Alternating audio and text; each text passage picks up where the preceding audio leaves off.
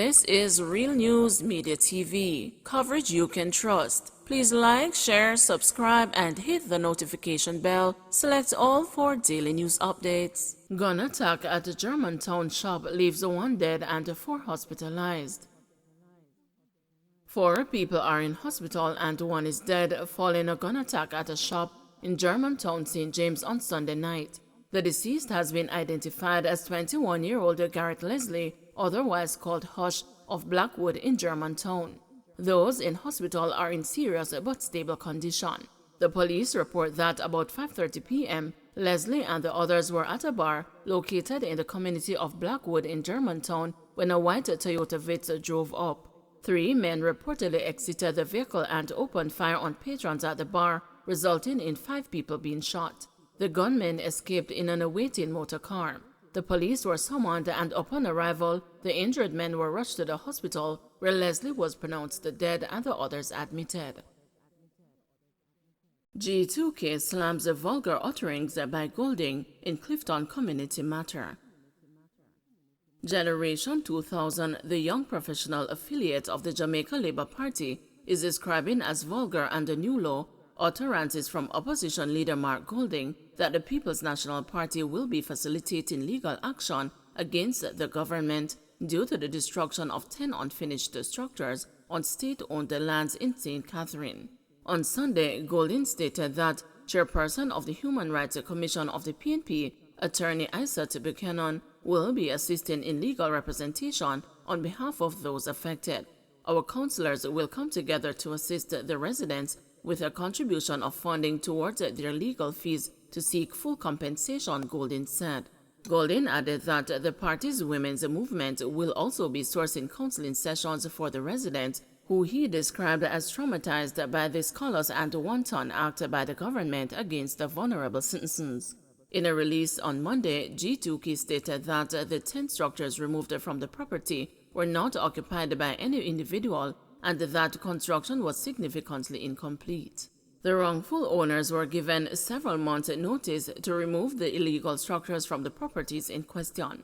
In the context of the evidence that has surfaced, Generation 2000 finds it as vulgar, unprincipled, and disappointing words by the PNP president that the PNP will be seeking to punish the government for taking a stand in the interest of law and order. According to the G2K, the PNP must decide and communicate to the Jamaican people whether they support corruption, anarchy, and the processes which facilitate ill-gotten gains. G2K says it supports the Prime Minister Andrew Holness and the government who are seeking to have as many people in the area access appropriate housing. Last week, Holness stated that the lands which are in Greater Bernard Lodge development area have been designated for agricultural purposes. Holness also noted that SCJ Holdings Limited, which owns the land, has given warnings and served notices to individuals to cease and desist from the structures, but the capturing and illegal construction has continued to the point where some 30 structures have been identified. Suspected St. James murder-suicide victim identified. Lawmen in St. James have identified the woman who was killed during the suspected murder-suicide at a house in Paradise Heights in the parish on Friday night. She is 28-year-old Georgian Reed, a waitress of a Paradise Heights address. Reed's partner, 42-year-old hotel worker Elio Russell, was also found dead. According to the constabulary's communications unit, cops were alerted to a house in the community about 7:30 Friday evening after residents reportedly heard a woman crying for help. On their arrival, Russell was seen lying on his veranda with a stab wound to his upper body, while Reed was seen lying on her back. The man's stab wound is suspected to be self-inflicted. The police were unable to ascertain Reed's cause of death as she had no visible wounds, the news was told. They were both taken to the nearby Cornwall Regional Hospital where they were pronounced dead. When the news visited the St. James residential community on Monday morning, one man said the couple recently moved to the community and had maintained a low profile. Some new people them, so me never know them good, but me just hear said the woman stab up the man, said the resident who requested anonymity. Me go look and the woman no get no stab. It come in like a strangling strangler, he added. Underage boys charged in homeless man's killing remanded. 5 juveniles charged last week in connection with the death of a homeless man who was set on fire in August were remanded in custody when they appeared in the Kingston and St. Andrew Family Court on Monday. The boys, ages 15 to 17 years, who are charged with murder, are to return to the court on Friday, where their bail applications will be heard. The underage boys are charged with the murder of Lionel Johnson, who died at hospital, where he was rushed by police, who found him with severe burns on August 29. Johnson was reportedly set ablaze early in the morning in the vicinity of the National Hero Circle in Kingston. He died while undergoing treatment. A Molotov cocktail bomb and a lighter were reportedly found at the location. Traffic in that area had to be diverted due to the crime scene being processed by the Kingston Central Police. The Ministry of Local Government and Rural Development had offered a $500,000 reward for information leading to the arrest of the killers. The police picked up the 5 suspects recently following intense investigations. The National Neighborhood Watch movement is being revamped. President of the National Neighborhood Watch movement, Dr. Ashwa Mendo, has said that the aim is to change the perception of the movement as simply informal groups for the police. This view, she said, has resulted in challenges in garnering support from communities. Dr. Mendo explained that the operations and image of the movement will be returning to the core of formulating and executing safety and security operations in community. Its activities will involve community interventions to include providing domestic violence training as well as teaching a number of life skills. So we'll be doing community interventions. We'll be bringing to the community domestic violence training. How do you manage situations in the communities?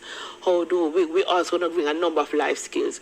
We realize a number of the challenges is because people just don't know how. Because we grew up in a generation, Simone, maybe me more than you, because I think I'm older than you, where the community helped to make us who we are. So now in certain communities, say an inner city community, a young man coming out and making it to foreign and achieving something is an exception. A young man, for some family, going to university is an exception, it's lauded. We want to help our society to let it become when one child don't achieve, that is the exception. Right. That is what we are trying to create across the island. A lot of our communities are already like that with their local police, but we are trying to get more, to be more trusting of the police. Because as I say to our citizens when we have meetings, 10% of the police force bad. But because we talk about the 10% more, we don't see the 90% that is really working. And calling these numbers work. Manchester farmer charged for knife attack on woman.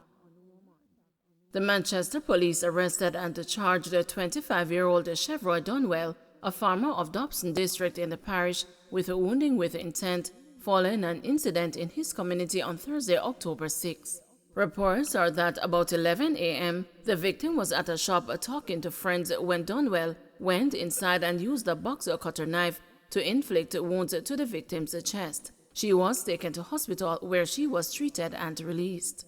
Dunwell was later arrested and charged for the offense. His court date is being finalized.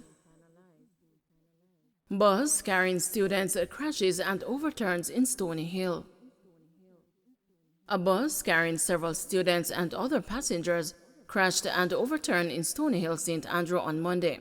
Reports are that the passengers received cuts and bruises and were left traumatized following the incident. There were no reports of any life-threatening injuries. Reports are that the bus was being driven along Long Lane near the old Stony Road intersection when the operator lost the control of the vehicle, which ran on an embankment and overturned. Students and other passengers who were traveling in the vehicle were forced to climb through one of the windows to exit the bus. There were no reports of any serious injuries. Trelawny police increase focus on gangs amid uptick in murders. The Trelawny police say they have intensified their focus on gang activities in the parish following several shootings and murders linked to these criminal organizations. Deputy Superintendent Winston Milton, commander of the Trelawny Police Division, says Saturday's illegal birthday party in Hague Settlement has shown the police that the gangs are willing to work together. The security forces had gone to shut down the event when they were engaged in a shootout by several criminal groupings. The SP Milton disclosed to the news that the event appeared to be properly designated with banners for several criminal groups to conduct business. There were a proliferation of tents scattered across the grounds of the event that were properly designated with banners for specific criminal cells. Among them, we saw one sin, which we theorize were the designated area for the One Voice Gang and the Sinners Gang, both operating out of Higgs Settlement. This is of particular concern to us because these two criminal factions were rival groupings and were consistently in conflict. What we are seeing is an amalgamation of both criminal groupings as they try to consolidate and organize themselves to perpetuate criminal activities across the space. We are concerned about gangs and gang activities in the parish of Trelawny. Last year, we had a total of 17 murders. Of these, 12% were attributed to gang. Since the start of the year to date, we have seen an uptick in murders, and of this number, 14 or a whopping 48% are attributed to gang. Consequently, we have skewed our policing plan on focusing on the gangs, seeing that they are prolific contributors to our crime stats, particularly as it relates to murder. Don't forget to like, share, subscribe, and hit the notification bell. Select all for daily news updates.